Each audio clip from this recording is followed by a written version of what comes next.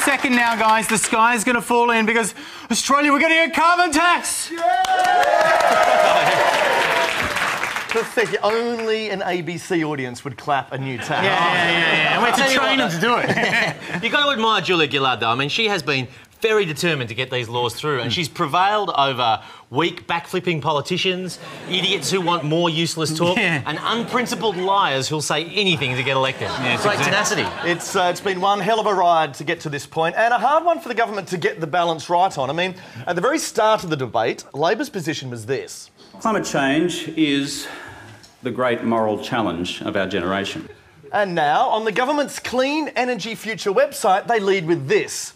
How much will I get? That's the great moral journey we've all gone on. But at least now the laws have gone through. The public debate on this should hopefully calm down a bit. Oh, yeah, absolutely. And things were much more measured on Talkback this morning. Democracy in Australia, as we have known it, is dead. It's a terrible day for us all. Well, naturally, the media chose to focus on the big smouldering kiss between Gillard and Rudd in the Parliament. Great to see the two of them kiss and make up, wasn't it? Yeah. Although they went too far when they continued under the Australian flag. Not wrong. It's inappropriate. No, inappropriate. I'm just glad they're talking again because, of course, earlier in the week, the tension was palpable as Rudd and Gillard scrambled to be the best friend of the 14-year-old teenager who's been arrested for drugs in Bali. First, Rudd was on the case, then Gillard got on the phone, then Rudd had to go one better by going over to Bali and actually smoking a bong with the boy. He's unbelievable. I thought it was a lovely gesture, but, you know, it has been a tricky story for the media, this one, because obviously the boy's young, so because of his age, Channel 10 and Channel 7 and the ABC decided to protect his identity by obscuring his face. I think that's the right call. It was. And Channel 9, on the other hand, last week, opted to reveal his identity, give his name and his face. Now, we obviously don't want to make the same mistake as them, so when we show you Nine's footage here, just note that we have altered his face so as not to prejudice the case. 14-year-old... Maybe not the best choice. But of course, after Nine's initial stuff-up, I think they went a bit too far the other way when they started pixelating everyone. I mean, that's just overly cautious, surely. Sure enough, it didn't take long for the networks to send all their reporters over there, and I think a few of them might have missed the real story. I mean, they were so focused on this kid who bought the marijuana that they failed to notice the giant shipment of cocaine that cruised right behind them. Look, on the whole, the media's been very supportive of the boy. Even MTR's Stephen Price, who's usually very tough on drugs, had a very interesting line of defence. This is an innocent exchange of money and drugs. Yeah. And Craig Thompson had an innocent exchange of money for prostitutes. Elsewhere in happier news, the Wallabies had a big win this week, and in Wallabies... They advanced through to the semi-finals of the Rugby World Cup, narrowly getting home over South Africa after an inspired move to play Black Caviar at outside centre. Good call. What a weekend for Black Caviar, too. The whole country's just gone Black Caviar crazy. I love it. She's been great for the gaming industry. Exactly the morale boost they needed after all the anxiety over the pokey laws. Yeah. And Clubs Australia had a very bad week, too, after that report got accidentally posted online revealing this plan to wheel mobile ATMs into club car parks to help punters sidestep the restrictions on having ATMs inside. Yeah, look, it's a smart idea on paper, but I've got to tell you what, speaking from personal experience, they are an absolute bugger to use. Impractical, yeah. Try doing that drunk. Look, there is no question, though, that the clubs do stand to lose some revenue if these laws come in. Precisely how much revenue? Well, that depends who you ask. It does. See, I mean, I used to get my facts from Ray Warren, but he's been slightly discredited since he more or less admitted he was just reading a live ad. So let's instead rely on someone who'd never stoop to that. Common sense says if you make pre-commitment mandatory, then the fall in revenue would be 25, 30 or 40%. 25, 30, 40... Common sense just can't seem to make up its mind, can it? Leave Jones alone. Jones has had a lot on his plate at the moment because not only did he lose his crusade against the carbon tax today, but he's been frantically rehearsing, this is true, rehearsing for his role in a new production of the musical Annie. And this is just beautiful. I mean, it's a dream come true for Alan. I think he's perfect for the part. Although I've got to say, based on the previews, I can't help getting the feeling that maybe he's hijacked the production to push some of his personal views. The sun will come out tomorrow. Bet your bottom dollar that tomorrow there'll be sun. You Yes, but the sun will be the same temperature it's always been. In fact, if you look at the data from the scientists who actually know what they're talking about, they'll tell you that the sun has been the same temperature for 8 billion years. 8 billion years! No!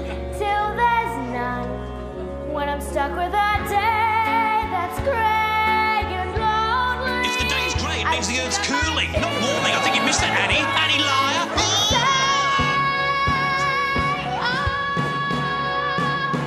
The sun will come out tomorrow, so you gotta hang on to tomorrow. Come what may. Just look at these figures, will you? Humans make up 0.0008% of carbon pollution. Now, it's ridiculous. It's ridiculous.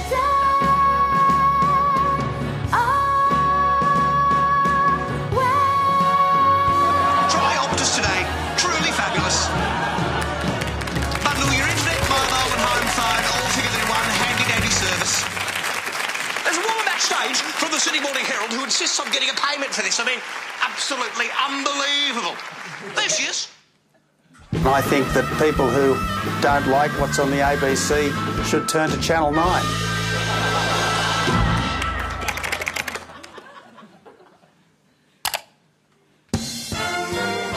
Scientists have long warned that climate change could lead to death and destruction. For some, the combination of rising water levels and global warming is almost too much to bear. Sneering critics like Andrew Bolt and Lord Monckton have tried to back away from the evidence, even though it's staring them in the face. They argue the world is still cooling and that the scientists are just scaremongering. In order to tackle the problem, the government negotiated a deal with the Greens to introduce a carbon tax and to explore alternative energies like wind power and solar power. But opponents of the tax accuse Gillard of being two-faced and dishonest, and Graham Richardson says they will lose the next election, leaving Gillard to defend herself against an angry mob of voters who think her deal with the Greens is certain to crush Labour.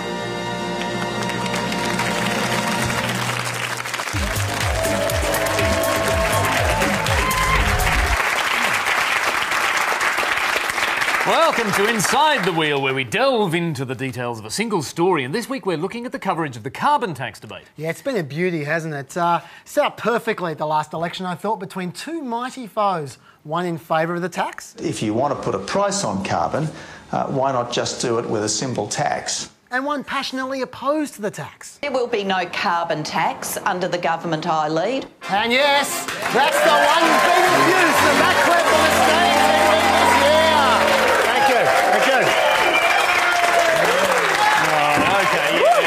Look, anyway, the truth is we know that the carbon tax debate has been woeful. I mean, it's been as bad as, say...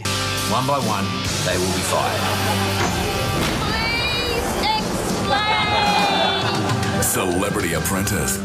No, not that bad, but it looks still very bad. And the question is, why? Well, first of all, let's look at what we've actually seen. And we've seen a lot of Tony Abbott with his long list of carbon tax victims. The carbon tax is going to hit the fish markets, retail butcheries, David Smash repairs, entry-level housing, the cattle industry, typical pharmacies, farming, this IGA, Bendigo, Unique Meats in Fishwick. It's true, and thanks to Tony Abbott's trip to Unique Meats in Fishwick, Julia Gillard's now less popular than, say, Please explain.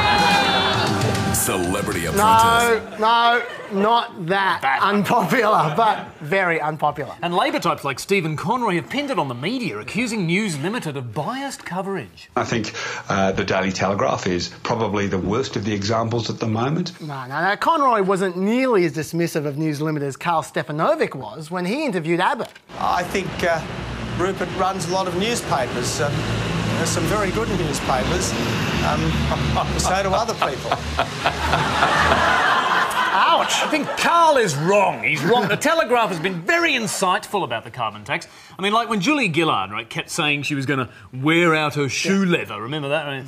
The ever-vigilant telly responded by calculating the carbon emissions of Gillard's shoes. And they worked out, seriously, that since Gillard's shoes were imported from China, they would have needed a jet plane that would emit more than a tonne of carbon. This is a brilliant pickup, isn't it? Yeah. Or it would be if it took an entire jet plane to carry a single pair of shoes. Well, Haven't you seen Gillard's shoes? They're massive. Oh, they are rather big, aren't they? Yeah. Meanwhile, in News Limited's quality broadsheet The Australian, they ran a tremendous front-page report on changing sea levels, featuring this eminent scientist and... Oh, sorry.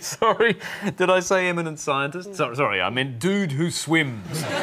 Bondi veteran Lee Bowman has swum at the beach for more than 30 years, and he was adamant he had seen no change to the coastline over that period. Yeah, because every time he swims, he's still on top of the water, so the sea level can't be rising. Yeah, I wonder what Karl thought of that article. Well, Karl's got a point. He does, but it's not that simple. News Limited have defended the carbon tax better than Labor ever did. They said it would lift productivity. They pointed out it isn't even a tax, whereas by contrast, the best Gillard can come up with is this. Clean energy future, clean energy future, clean energy future, clean energy future, clean energy future. Saying clean energy future a lot. I mean, do you think that's an effective strategy, Karl? So look, the politicians weren't giving us much, and that left journos just scrounging around for some kind of fresh angle, like a new way that the tax might hurt you. And boy, did Channel 7 find a damning statistic. 7 News understands the government is estimating drivers could pay an extra $5 a year. $5 a year? Doesn't sound like very much to me. Is there a way you could make that seem a bit more expensive? Adding up to millions of dollars Australia-wide. Ah! It's a great idea. Everything should be measured Australia-wide. Milk. That's $7.4 million Australia-wide. Impressive figure! Now, another way to bypass politicians is to talk to an expert. Like an economist. Not economists. They're boring. Why would you bring an economist to a tax debate? If you want to have a carbon tax expert, you need to follow Kerry Ann's lead and hire a body language analyst. Julia Gillard, our Prime Minister's gesturing off to the right. What does that mean? OK, well, what's really interesting is that if people don't believe what they're saying, they gesture less. She gestures a lot, which is a good sign. I don't think body language can tell you much about what a person's thinking. I gotta say, I reckon Kerry Ann herself spoke for many of her viewers. So your Prime Minister is not mismatching her speech on her body language. In other words, Why are we bothering with this? You're the one who invited him on, Kerry Ann. But you know who the ultimate expert is? Everyone. That's who news.com.au asked to explain the 1,100-page carbon tax bill. I mean, it was too hard for the editors, so they just said, sift through the fine print and tell us what you think. It led to some very fine analysis, I thought, from such experts as Ms. Izzy, who posited, "Get rid of Labor, the end," an argument made even more persuasive by the inclusion of 62 exclamation marks. Well, she had me at 37. But anyway, look, the net result of all this was a carbon tax debate with few experts and even fewer facts, a debate that sounded like this. It's science that is misproven. No, it's not. 95. We've been through this a million times. No, I'm not entering into this debate because it's crap and you're talking nonsense. No, 95% of the world's scientists say that it's happening. 95% of the scientists who've been bought off, and I'm not having an argument about this anymore because I refuse to talk to people who are stupid. So, no talking in the mirror for Prue then? Not that we're suggesting the pro-tax cheerleaders were any less embarrassing. I mean, check out these people on the day of the carbon tax announcement. For some, it was a carbon tax celebration. It's almost like my wedding and 21st all at once. Remind me not to go to his wedding on 21st. So, yeah, we've seen a lot of rubbish about the carbon tax over the last 6 months, but it's hard to blame the reporters when the only thing to report on is this. Toxic tax. Clean energy future. Toxic tax. Clean energy future. I mean, after 6 months of that drivel, we even would have preferred to watch something like... Oh, no, actually, no. We wouldn't. No, but we were very sick of the whole thing. Which is a shame, because by the time something actually happened and they brought the carbon tax bill to Parliament, we'd all tuned out. Even on the very day Tony Abbott made his major parliamentary speech about the bill, the afternoon news played 17 seconds of him and 50 seconds of this. Backed by popular demand, here's the Bulldog with some incredible tricks. Enjoy. You'll catch him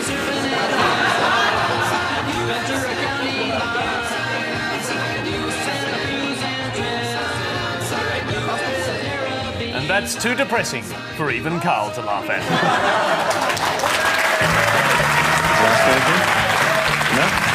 It's That's it. It's a fantastic interview. Any questions? No. For news you can trust, turn to the team of Channel 7 and Samantha Armitage. Only Samantha Armitage has the experience where it matters. Whenever news breaks, Samantha Armitage is there. More or less. If it matters to you, it matters to Samantha Armitage. Just slightly less so. Samantha Armitage. Real experience, real journalism. Channel 7.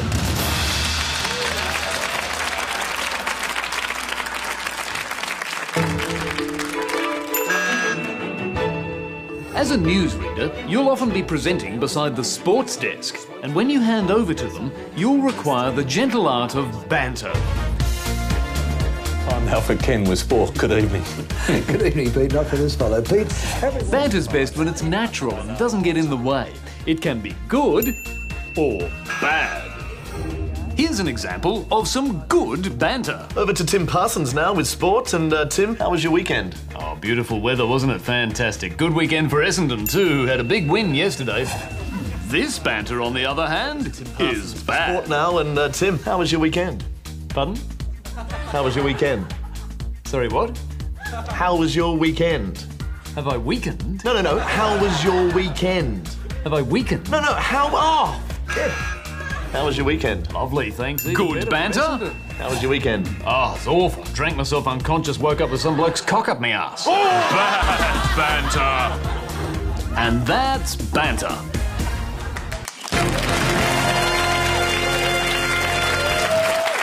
Welcome back to the Shamries, the awards that celebrate everything that's outstanding in the world of online news. Yes, before online news existed, we had no idea what sort of stories people actually like to read. But on the web, we can measure the most popular stories by the number of clicks they get. Yes, each day the news sites helpfully rank the stories in order of popularity. It makes for pretty interesting reading, which leads us to this week's category, the Chambry for the most baffling #1 news story of the year. And our first nomination goes to the readers of SMH, who on August the 3rd this year could have read the breaking news of the Maddie Pulver collar bomb drama. Or they could have read about the $30 billion wipeout of the Australian share market. But instead, the most popular story for most of that day was former Premier Christina Keneally's new haircut. The hair extensions that stopped the nation. Our next nomination goes to the readers of The Telegraph. Now, on the August the 21st, some people chose to read about the jubilant overthrow of Gaddafi. But over at the telly, they couldn't tear themselves away from Richard Wilkins' secret sex life. Now, for any sane person, the very thought of Richard Wilkins having sex would be enough to make you run a mile. But the readers at the telly couldn't get enough. 24 hours later, it was still the most read story. And even by day 3, it was still in the top 10. If only Channel 9 realised the goldmine they're sitting on with Wilkins. They could turn around their reins tomorrow by replacing the block with the cock. A name that works on 2 levels, really. Now, the especially baffling thing about this whole story is that Wilkins' sex life is so secret that it barely even rated a mention in the article itself. In fact, once you click through, you get a blatant plug for his new book, in which, according to the reporter, Wilkins skirts over his private life.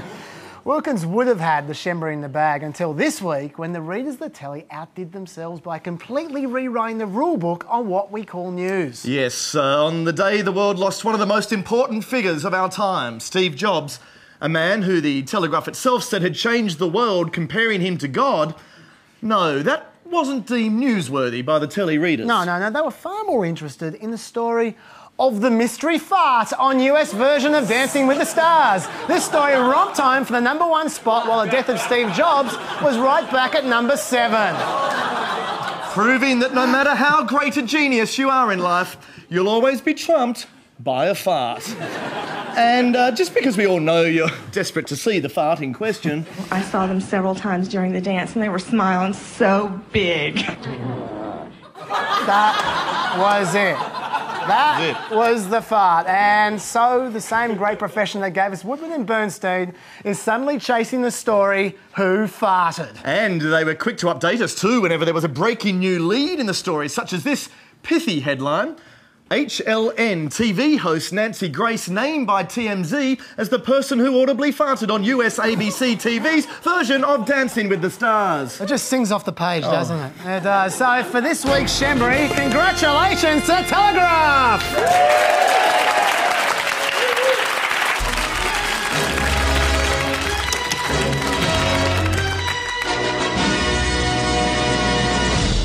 Mr. Murdoch, are you aware that your newspaper, The Australian, currently has a readership of just 4 people? Yes.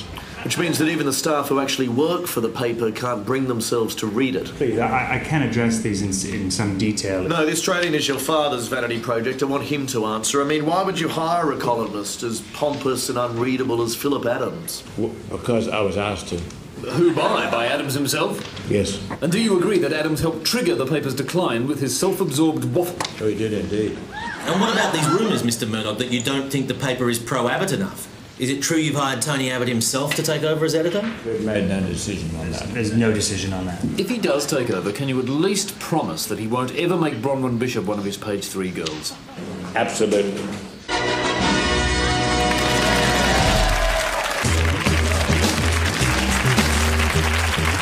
So you want to cook up a new story about Muslims? All you need are a few simple halal ingredients. First, find an unusual practice that barely exists in Australia and pretend it's a looming menace. Like wearing burqas. Burqa's burqa. Burqa's burqa. Statistics show way less than 1% of our Muslim population actually wear burqas. But in the world of news, burqas are everywhere. Driving cars, pushing prams, in the newsagent. Even cameramen are being forced to wear burqas. I hate to correct you, but the most usual term for those face coverings is the niqab. The burqa, on the other hand, refers to the full body... Shut up, Muslim lover! No wonder there was a backlash, mainly from this emo in Geelong. This 20-year-old has set up a Ban the Burqa Day Facebook page, calling on like-minded Australians to join him in protesting the burqa. He wants to remain anonymous. Problem is, he doesn't seem to know what the word anonymous means. What I've asked people to do is... So why do members of My Chemical Romance hate the burqa so much? Well, the main argument is... It was used by a criminal to rob someone in Sydney. Indeed it was. Maybe we should ban everything robbers use for disguises. Duct tape, texters, George W. Bush, and cow costumes. Even worse than robberies, if we don't ban the burqa, then according to the Ban the Burqa Day Facebook page, this will definitely happen. Your kid, sister, mother, whatever, gets raped by a Hep C carrying, AIDS-infected junkie, posing as a woman wearing a burqa. So, how was this day supposed to work? Let the expert explain. Go about your everyday lives wearing a balaclava to prove that if one person's allowed to conceal their identity, why can't everyone? Doesn't that fly in the face of exactly what you're trying to prevent? It might. I don't know. I'm not the most educated on this subject. With wisdom like that, it's no wonder the page ended up with 19,000 fans, making it half as popular as Tubes. Next ingredient is a few reasonable but boring people that you require for balance, who are then drowned out by some highly entertaining nutters. Radical Australian Muslim Ibrahim Sadiq Conlon and his party, Sharia for Australia. He prophesises the rise of Sharia dominance, the fall of the Australian government, and his ascension to the highest office in the land, a land ruled by Sharia law. We follow, as Muslims, the law of Almighty God. Well, in democracy, and your law is the law of the devil. That's clear and simple. That is pretty close to one of the silliest things I've ever heard. So that's Ibrahim Sadiq Conlon, as seen on Today Tonight, A Current Affair, 60 Minutes, George... God, this guy's on everything. Is there any show that's too lame for him to appear on? Well, at least 7 News did conduct an in-depth interview with an actual woman in a burqa to find out her opinion. So if it's just for identification, you have no problem with that? Did you get that? She said, That's Arabic For I prophesy the rise of Sharia dominance and the fall of the Australian government.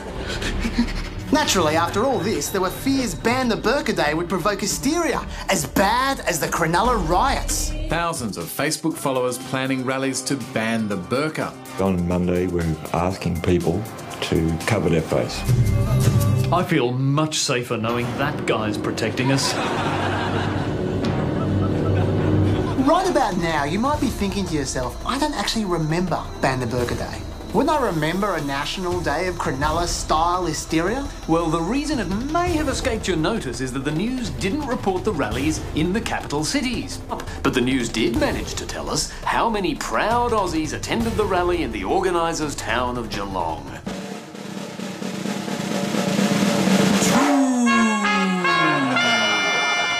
Even Ban the Cow Costume Day was bigger.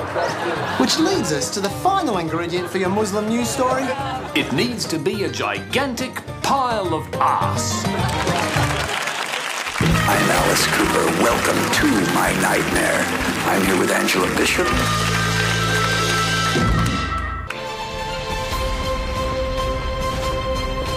Good evening. Elsewhere in the news this week, the city of Dubai is planning to follow up its construction of hotel resorts shaped like a palm tree and a map of the world with a new resort in the shape of a royal sheikh pissing money up against a wall.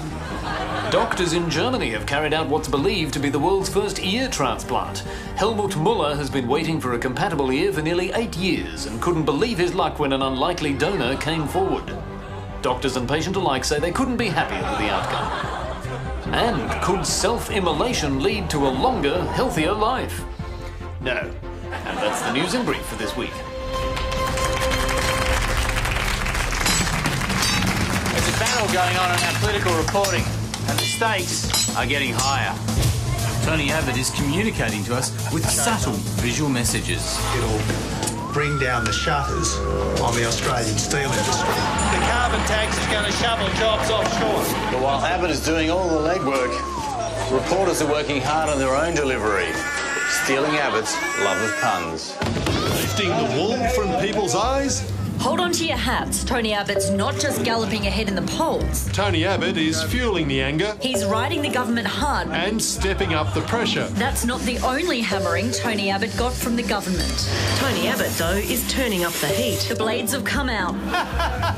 Well, I'm not laughing. How has it come to this? Do we really need such lame visual puns? Have we become such backwards, moronic, Neanderthal numbskulls? Hey, what are you doing, man? Mark Geyer, hey, didn't see there, mate. How you going? What's going on? Love the show. No other politicians in history have resorted to this kind of gimmickry.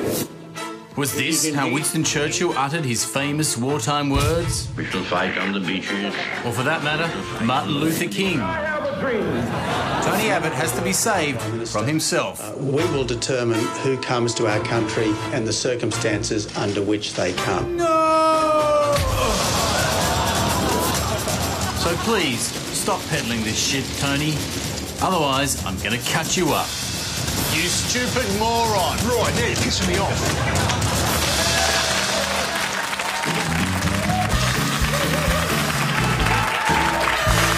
Always happy to take one for the team, yes. Absolutely. Now, look, before we go tonight, a quick look at how tomorrow's papers are covering the historic carbon tax vote.